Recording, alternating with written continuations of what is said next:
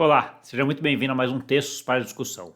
E hoje eu trouxe um texto aqui muito legal que fala sobre tecnologia da ARK Investments, que é da Kate Wood. Para quem não acompanha ela, vale a pena. Vou deixar o nome dela aqui para você pesquisar. Dá uma pesquisada no Google ou até no YouTube, tem alguns vídeos sobre a história dela que é bem legal e como é que ela criou a ARK Investments, que é bem legal aí. E ela tem uma visão bem interessante sobre tecnologia e esse paper é um dos melhores papers que eu vi sobre isso. Vamos lá? Vamos lá.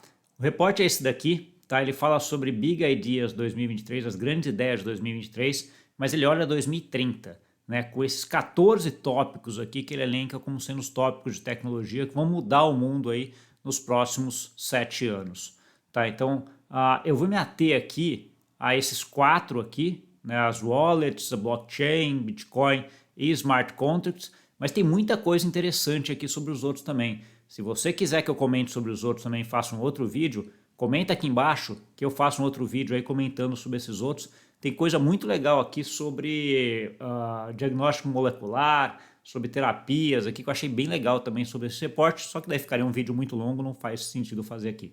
Então vamos lá, nós vamos analisar esses 4 aqui, como sempre. Se você gosta desse conteúdo, não esquece de dar o like aqui e de compartilhar com aquele amigo e amiga que gosta desse assunto, né? Vamos lá começar. Então, Digital Wallets, eu já vou direto para a página que eu anotei aqui, que é a página 41 desse report, que é quando ele começa a falar sobre Digital Wallets e que fala aí, tirando a parte de intermediários, né, do sistema bancário, né? Então é um pouco da ideia aí que blockchain vem para isso, né? Ele comenta aqui, isso eu achei bem interessante, né?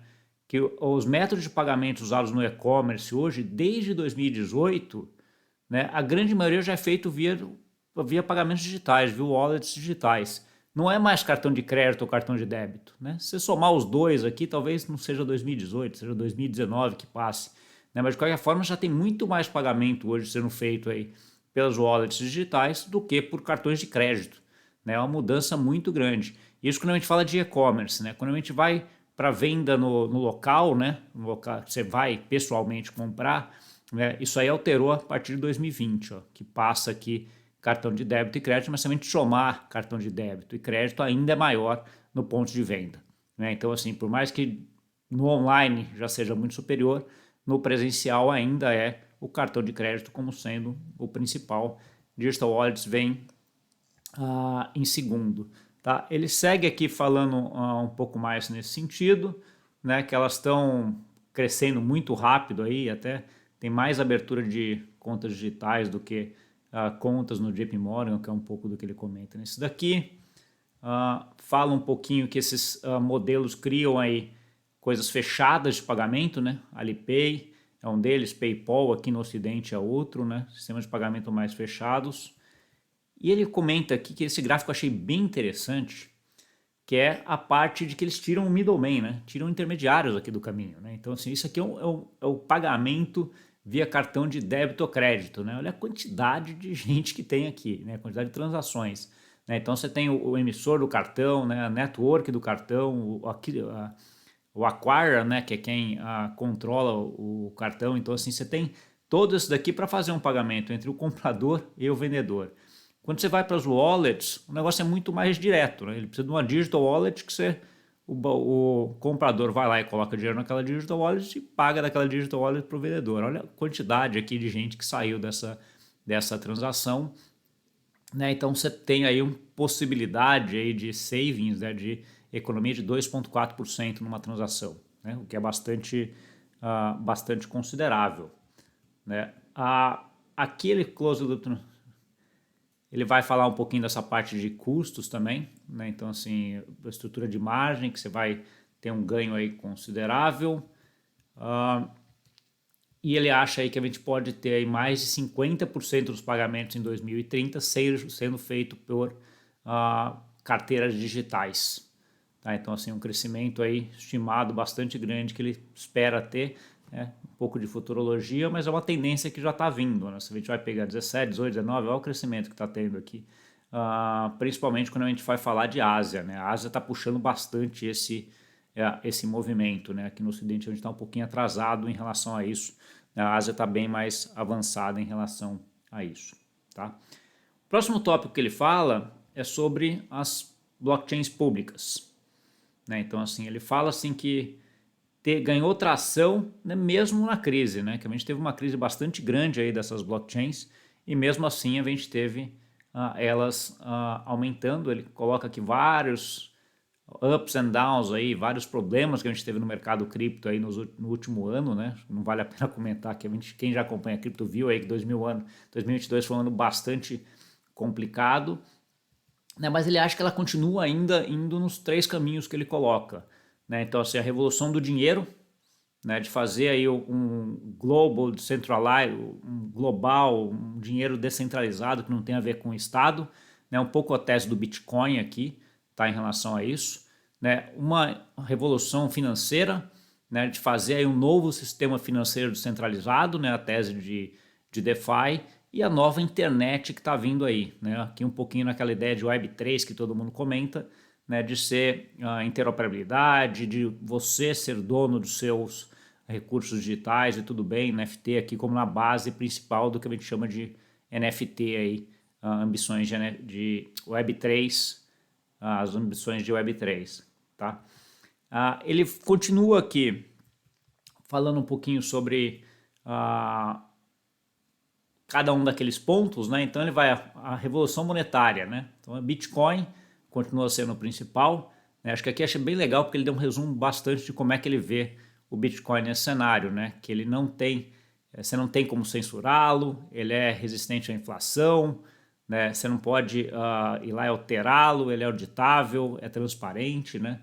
E fala aqui que continua aí com uma tese bastante robusta em relação a isso. Em relação a DeFi, ele cita aqui os pontos fortes de DeFi, né, que tira os tradicionais intermediários, que DeFi é exatamente global, é interoperável, né, interoperabilidade, tem interoperabilidade, caraca, difícil isso daqui. Tem interoperabilidade, né, ele é auditável e transparente, né. O que eu achei interessante é esse dado que ele coloca aqui, né, que já foram transferidos on-chain via stablecoins 9 trilhões aí durante 2022, que é mais do que as redes de Mastercard, Amex e Discover juntas em 2022. Né? Então, assim, você transferiu muito dinheiro via stablecoins, aí teve muita transação em stablecoin nesse cenário, e coisa que a gente não sentiu, o mercado funcionou normalmente, sem problema nenhum. Né? Então, assim, mais do que a Mastercard, a Amex e a Discover juntas. Né? Então, assim, bastante dinheiro, já tem um volume considerável, não é um negócio tão minúsculo assim, já, né?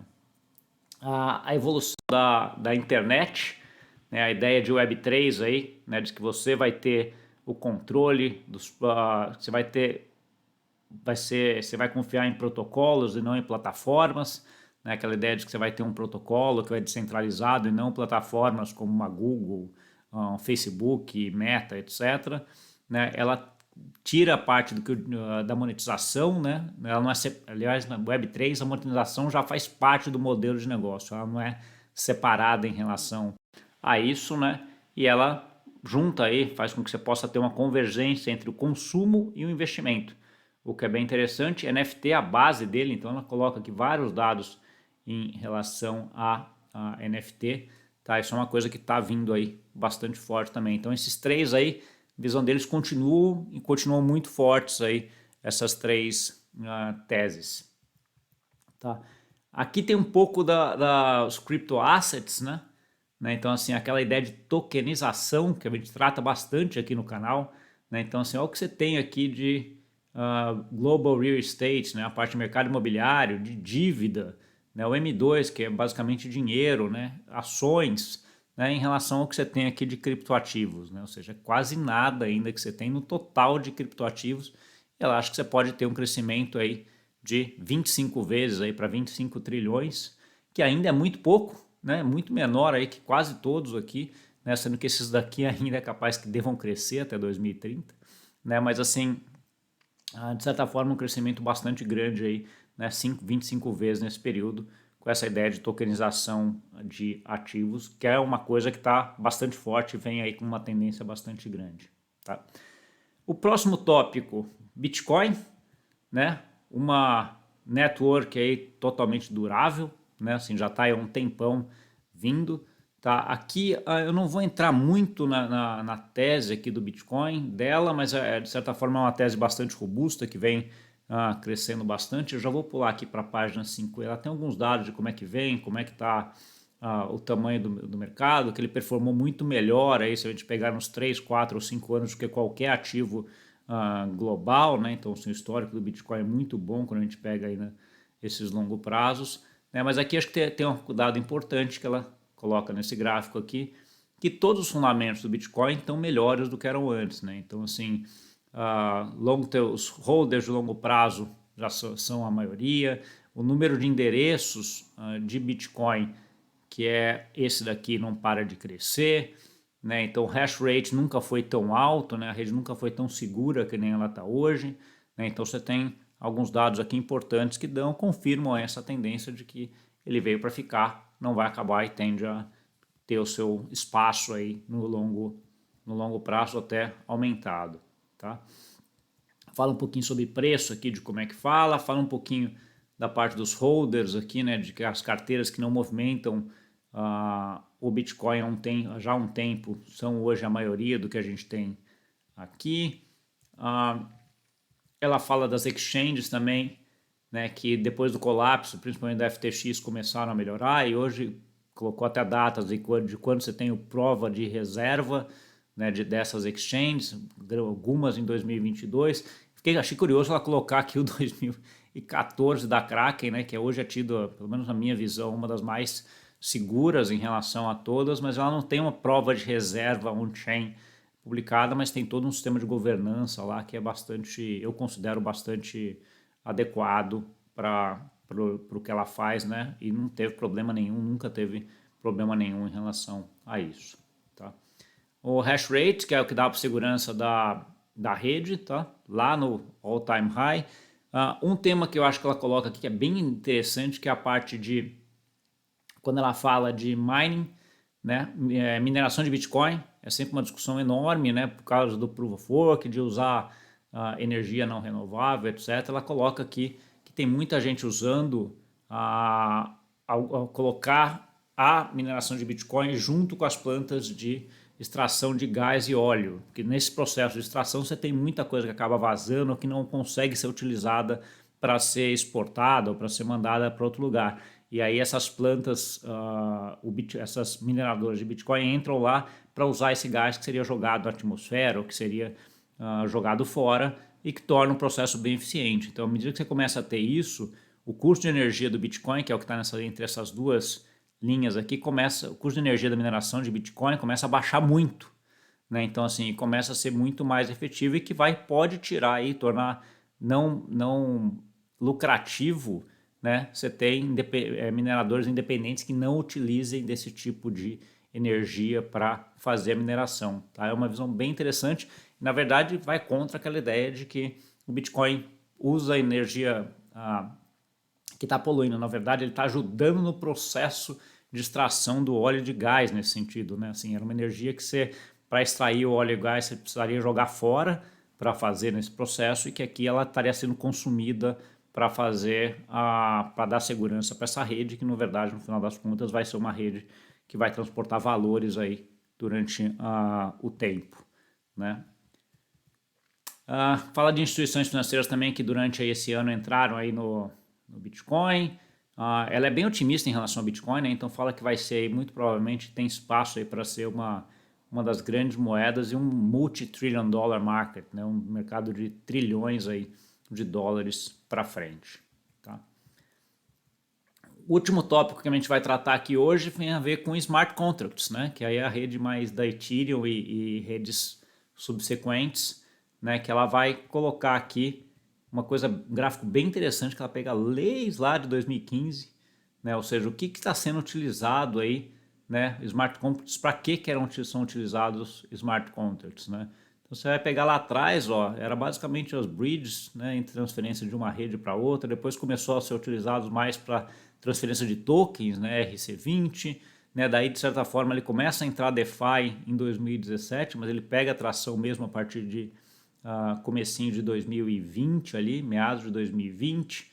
Né, você teve um período aqui onde você vê NFTs transacionando muito, né, entre 2021 e 2022, e nesse final do ano aqui de 2022 você teve transações via stablecoins aumentando muito, né, o que pode ser que a gente tenha no momento aí entrando em meios de pagamento, né, ou seja, stablecoins sendo utilizadas para pagamentos on-chain, esse tipo de coisa, que é bem interessante, né. Fala que a gente tem aí a parte de DeFi, né, ser uma promessa em relação a intermediários centralizados, né, comenta um pouco do volume que é negociado, né, share do crypto market trading, né, percentual do mercado de cripto que está sendo negociado, né, e ela entra aqui também a parte de DeFi, né, como e Lightning Protocols, né, os protocolos de empréstimo, sendo bem robusto e funcionando muito bem mesmo com a crise e todos os problemas que a gente teve em 2022. Acho que a Aave é um ótimo exemplo em relação a isso. O mercado continuou funcionando perfeitamente,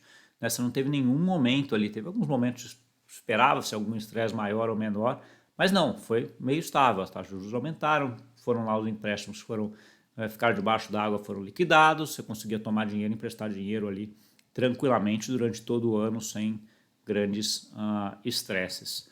Né? Fala um pouquinho aí do merge, ajudando muito aí na parte de perspectiva de preço até do Ethereum para frente, né? Porque você não tem mais aquela emissão que você tinha de Ethereum, né? Caiu bem a quantidade de Ethereum emitida, né? Então, assim, e aí tem um pouco dessa ideia de com menos supply, como é que você vai utilizar quanto vai dar de rentabilidade, né? Para quem tem quem faz o staking desse ativo, tá?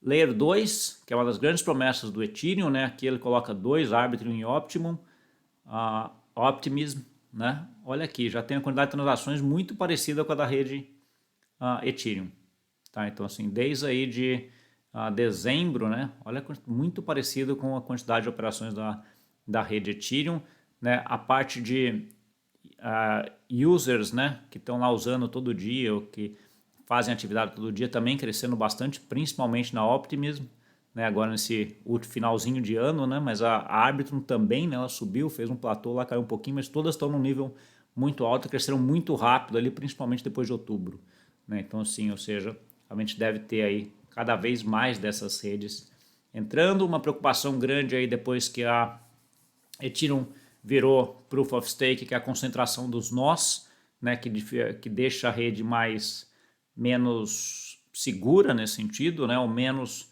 mais factível que você tenha um censorship ou que alguém lá vai implementar. O principal é a Lido Finance, né, que tem o stake de Ethereum, lá, o ST Ethereum, que é quem faz, tem 29%.